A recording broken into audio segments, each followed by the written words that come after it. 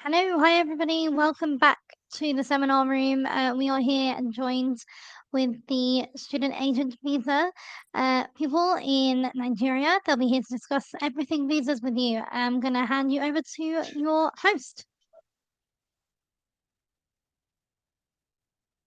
Hi, my name is Laura. I'm here in the visa office today with two other colleagues. We're going to run through some of the questions with you today on the live event or the virtual event, excuse me.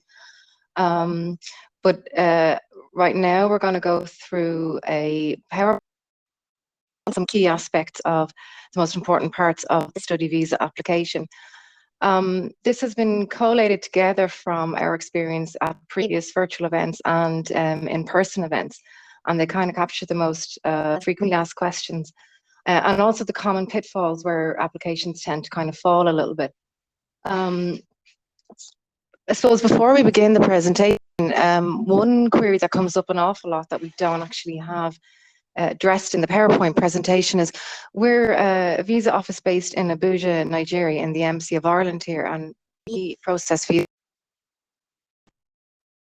in Nigeria, Ghana, Senegal, and Ivory Coast. I understand the scope of today's fair is probably slightly further than a lot of those countries. What we would say is you are not required to have an embassy or consulate or even visa office presence in your country of residence. If you are applying for an Irish visa, the first thing you need to do is fill in the application form online. That will tell you what country, what office your application is lodged with and where to send your documents.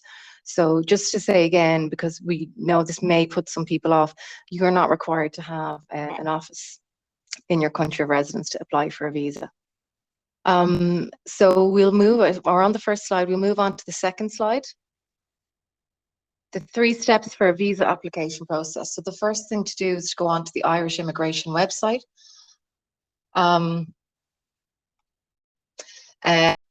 It'll give you a list of all the required documents you need. It'll also give you a list of the financial requirements. So a lot of the questions as well that we've received today with regards to finances, these are very much addressed on the website.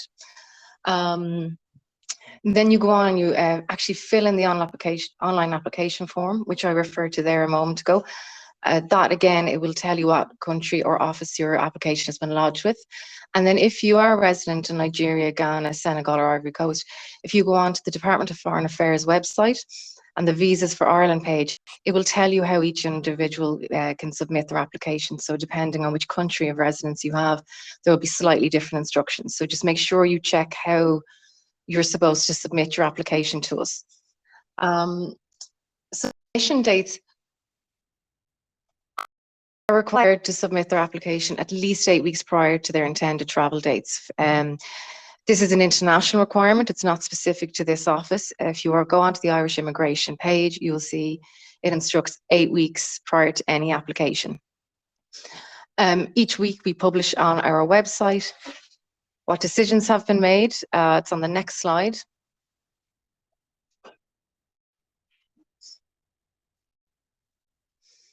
So this tells you what date received we're working on and what date of appeals were received and working on. What's not included here on the slide is that we usually put up a report which include the visa application numbers and the decisions from the previous week. So each person can check every Monday to see if their decision was included in the previous week's decisions. The next slide, please. So these are the key aspects that we would look for in a study visa application. So yep, your application form. Most important, print and sign the application summary form at the end of the online process. Some applicants will be required to complete a supplementary questionnaire. That will depend on how you're submitting your application. So for example, if you attend a VFS centre, you will be asked to fill in this questionnaire. Prior to attend the VFS centre. But all applicants should be completing the checklist to make sure they've included all their documents. Next slide. So then we move on to the application letter. So this is a kind of brief summary that we would like an applicant to submit, which basically tells us who you are, the reason you want to come to Ireland, when you're going to come, when you want to leave, There is a requirement for all applicants for all applications to include a commitment that they will obey the conditions of their visa.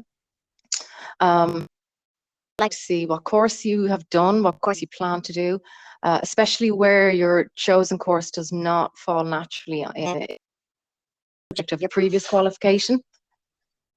So you would need to give us a valid reason as to why you're switching. And you'd also need to explain, the gap, if there's a significant gap, I suppose, between one course and the other, what you have done in that time, whether it's been supplementary training, whether you've been employed, and there has to be documentary evidence to support those. Next slide, please. Your passport. So every applicant is required to submit a valid passport. It should be valid for at least 12 months after your proposed date of arrival in Ireland. And as it says, include any previous passports, copies of biodata pages, and any pages with visa stamps or visa stamps of all passports. The next slide refers to the course you're going to undertake in Ireland. So you need to submit a letter of acceptance. This should show that you've been accepted and enrolled on a course of full-time education involving a minimum of 15 hours organised daytime tuition each week. We need to see the amount of fees you've paid and how much it is payable in total to the course, because there is a minimum percentage of how much you should have paid before applying for your visa. The next slide discusses evidence for accounting for gaps, which we have already briefly discussed. Again, you must provide evidence as to what the gaps between your previous full-time education employment history. Again, it will bridge any gap in education by periods of employment, especially if it's related to the field of course of study you want to do.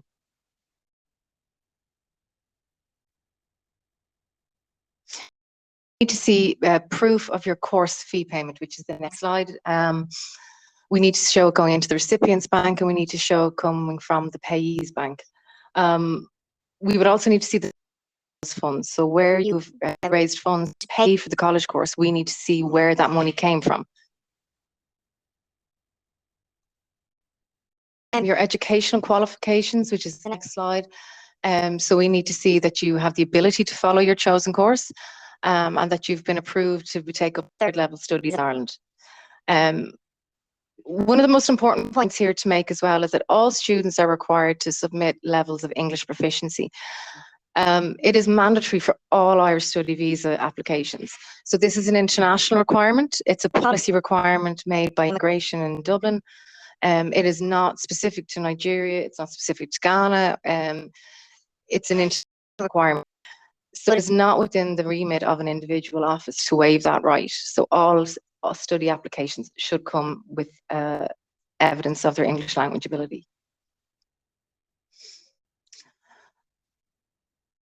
The most important part of a study application is finances.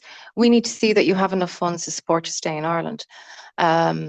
We need to see, currently it's 7,000 per academic year. From the 1st of July, or any courses, excuse me, starting from the 1st of July 2023, that requirement will be a minimum of €10,000 per academic year. So students need to show that they have that money available to them.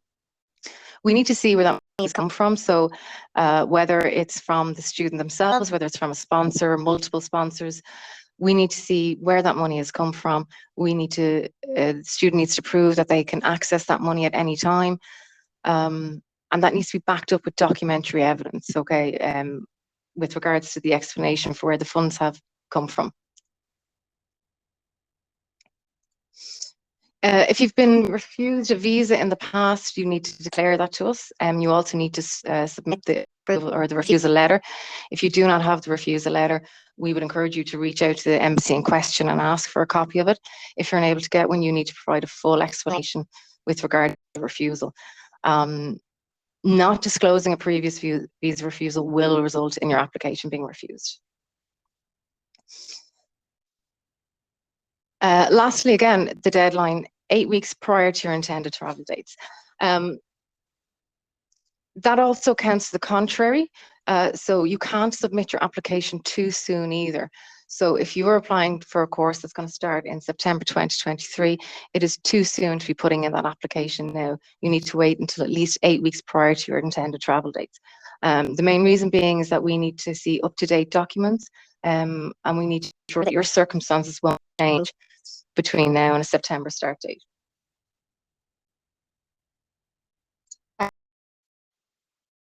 So just give an overview of the kind of the percentage of study applications we receive. So in 2022, of the 7,121 applications we received, 969 of those were study applications. So that makes up quite a significant portion of our applications. In the period of August to September 2022, which would have been 8 weeks prior to the main admission dates, we received 200 late applications. So of the 969 applications total, 200 of those would have been submitted late. We would not be able to guarantee that any student who submits after that period would have their visa processed in time for their course date. And lastly, again, don't miss the deadline. So 8 weeks before at least. But again, we need to reiterate not too soon either. So if you're up to be the end of July 2023. Yeah, and that's the end of our presentation at the moment. If there are any questions in relation to anything we've just put up there, please put them in the chat box. Yes, actually, I think I've seen a few questions come in. I'm going to read them off for you. Is that okay? Yes, please. Yeah. Sure. Okay. So, first question, what other types of evidence required for English language ability? So that's detailed on our website under the study visa requirements. There's a separate section that lists out all the approved bodies that we'll accept and the minimum score for each body. Okay, great. And when is the right time to submit visa application for September 2023? It's on the start, your resumption date. So if it's early September 2023, then 8 weeks before that, at least. Great. And there's a question coming in about scholarships. If I am applying for a scholarship, is the proof of fees still required?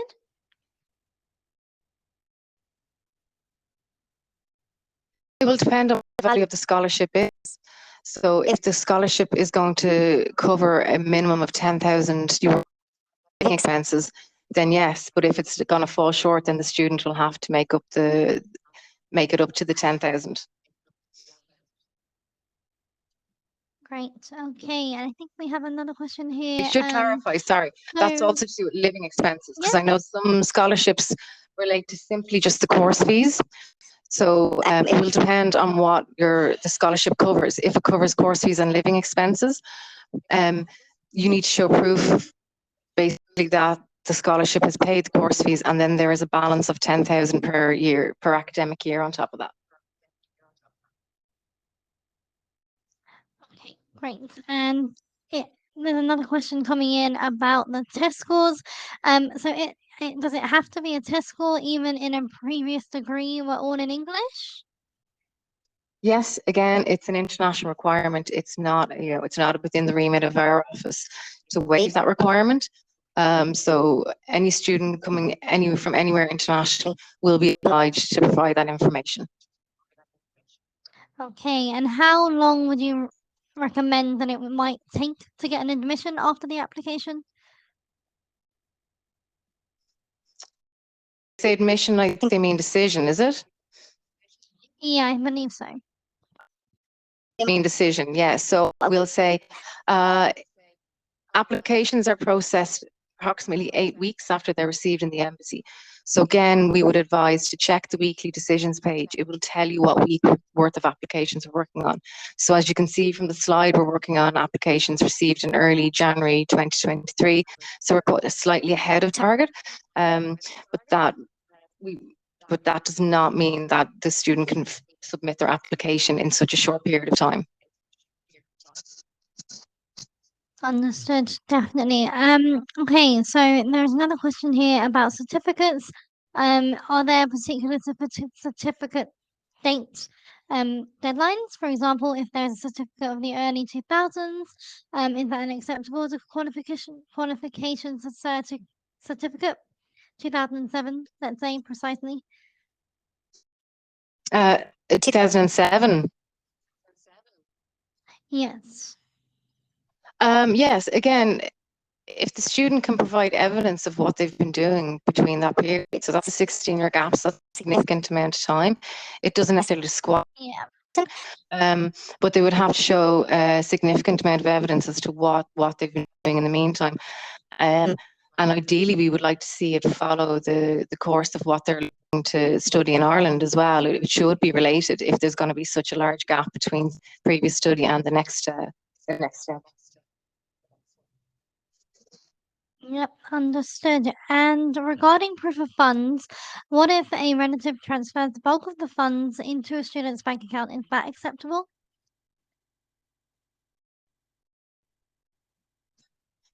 But the transfers would have to show where that money came from. Okay. Great. Just going through a few of these questions. There's quite a few coming in. Okay. Is it compulsory to apply? Is it compulsory to pay a school's acceptance fee before applying for scholarships? It would have to be a question for one of the education teams, Yeah. Completely if I'm understood. understanding the question correctly. Okay. Yeah, I believe so. I think that is more dedicated to the actual team. And there is one more question that I can see coming in here. Nigeria is supposed to be an English-speaking country, and our educational teachings and learning is done in English. Do we still need to submit an English language test? Again, yes, it is an international requirement. It is not targeting Nigerian students no more than it's targeting students in New Delhi. It is an international requirement. All students have to show that they have the ability to follow the technical English level of the course they choose to do. Okay, understood. Can a student come with a dependent? No, the study visa does not allow for dependents to come to the state with the student. Okay, that's good to know because quite a few questions about dependents have come in. Okay, and just from what I can see. Okay, there's one question here about passports. My passport will expire in August 2023. Can I use it to apply and later renew it when starting my visa application? Or will they have to Yes, renew first? No, yes, they can use that passport, absolutely. But they should notify us as part of the application that that's what their intention is to do. Otherwise, to us, it may seem that an out-of-date passport is being submitted. So just a short cover letter to say, because we are aware that, specifically in Nigeria, there are issues with renewing your passport before there's less than 6 months expiry on it. So again, just an explanation, a letter to say that you've put in for a new passport, you just don't have it at that time. We would rather, I suppose, a student do that than while waiting for the passport. Yeah, absolutely. And is Duolingo English test acceptable as a proof of English language? Duolingo is one of the providers, yes. I don't have the page here to hand, but it will specify what the minimum score for each component of the test is on the website. Okay, and do you have the application fee? The fee is approximately, in general, it's €60 for a single entry and €100 for multiple entry. That's, I suppose, that's the euro equivalent, depending on the region the person is residing in. Of course, okay. And if you can answer I'm one sorry, more. just to caveat that as well. Oh, Yep. I should say, in countries where the applicant has to submit through VFS, VFS will charge their own fee as well, in addition to the visa application fee. But that's a VFS fee, so it's not a we can't quote their prices on their behalf. Okay, that's not a problem. Do you accept IELTS general? Test? Yes, for English tests. Yes, so all of the providers who we accept the English language proficiency test from are on our website. So I would ask, well, we'd recommend, I suppose, that students go on and familiarize themselves with each of the providers and their minimum test scores. Great. Could you put that website into the chat if possible? I'll try and do it from my phone. If you can, yeah, no worries. If not, then we can always send that out to the students later on. But there is another question here about IELTS. Okay, so my IELTS will expire by August 2023. Can I still use it to apply for visas or before it expires? 1 year or 2 years on the English language, expiring in August 23.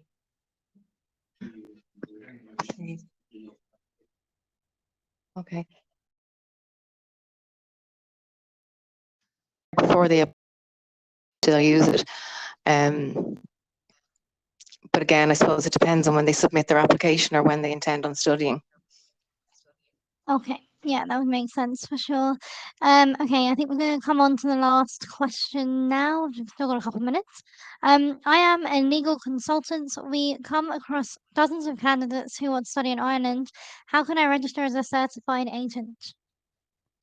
Again, that's a question for the Education in Ireland, I think. From what I can gather, they do have a list of verified agents on their website that's as a resource for students. So I think that question would probably be best directed to one of their representatives. Yeah, that makes sense. And can a student have more than one or two financial sponsors, or does it have to be just one? Yep, absolutely. They can have as many financial sponsors as necessary. But it is important to point out that for each financial sponsor, they're going to have to show proof of some kind of relationship with that person, preferably in some kind of documentary evidence, such as marriage certs, birth certs. And two, for each sponsor, they're going to have to show where that sponsor has acquired funds over a 6-month period. And that sponsor then will be in a position to, I suppose, pay for themselves to live here. Of course, that makes sense. And I think we're going to come on to one of the last questions here now. Do we require provisional acceptance from the university before applying for a student visa as a South African student? Well, I suppose the visa requirements are the visa requirements, regardless of where a person is applying from.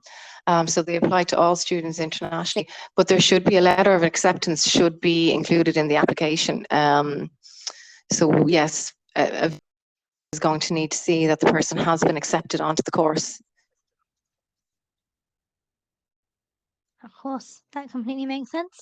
And is there a provision for postgraduate work visas after studies in Ireland? I'll repeat the question for you. Is there a provision for postgraduate work visas after studies in Ireland? So how the immigration system works in Ireland is a visa is permission to travel to the state. Once an applicant is in the state, they need to register with the immigration authorities. So we don't use the system of residence visas when in Ireland. It's a residence permit card, and that needs to be updated regularly with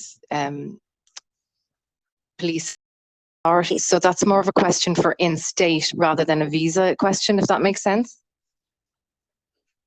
Of course, that completely makes sense. Okay, we have a few more questions about English proficiency. I think you have kind of covered them, but I'll ask one more for you. Can I provide an English proficiency letter from my school showing all courses were instructed and examined in English instead of writing any of the English language tests? Unfortunately not, no. The requirements are as they are on the website. So again, each student is encouraged to go in and check out each provider, and also to take note again of the minimum proficiency level that is required. Great. And what is the minimum proficiency level required? And there's a question here asking, does overall IELTS 6.0 stand a chance to get admitted? I think this platform here is more, I would feel, for frequently asked questions, kind of general overview, rather than answering individual questions for each applicant. We wouldn't really be able to comment this far in advance without seeing a person's application. But again, it's laid out very clearly on the website what the minimum requirements are. So I think that encourage them to go online and check out that information for themselves to make sure they meet the standard requirements. Yeah, definitely. If we could pop that into the chat for them, I think that would be probably very Yeah. easy for them to just navigate. If we Yeah, can. I'm I know trying you're to on get the it up phone. here. What? The phone pressed to my ear. That's okay. I'll just speak to the students for a moment. But thank you guys so much for your attendance, and thank you for all of your information on the visa application process. We're going to be here for the next few hours with a few other seminars, which will be coming through, and hopefully soon we will be able to get you in touch with a few more alumni. If you guys have any more questions, feel free to go back to the seminars, the booths, and you'll be able to have a one-on-one chat with each of the institutions who are live today. Okay, I think we're just going to wait on if we can, just the website, which will be popped into the chat shortly.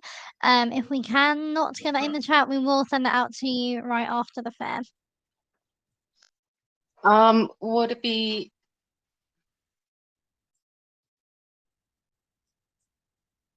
I wonder if it's possible if I send it on for it to be put into the chat. That would be possible. Yeah, send that over to me. Yeah, sure, we'll do that. Okay, thank you very much. All right, thank you everybody for your time, and see you very soon for the next seminar. Bye-bye.